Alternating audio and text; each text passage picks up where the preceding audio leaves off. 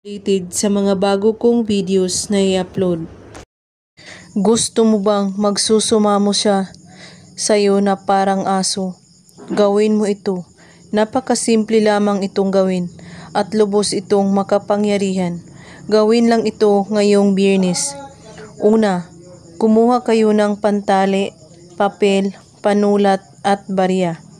Hawakan mo ang barya at ikulong ito sa iyong kanang palad.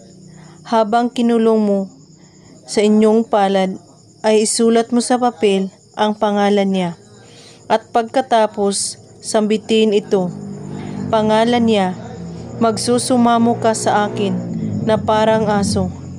At pagkatapos, ibalot ito ang barya sa papel at talian mo ng pula na pantali.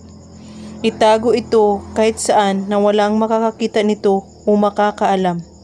Kailangan kapag gumawa kayo nito, buo ang inyong paniniwala at walang ibang iniisip at pagdududa.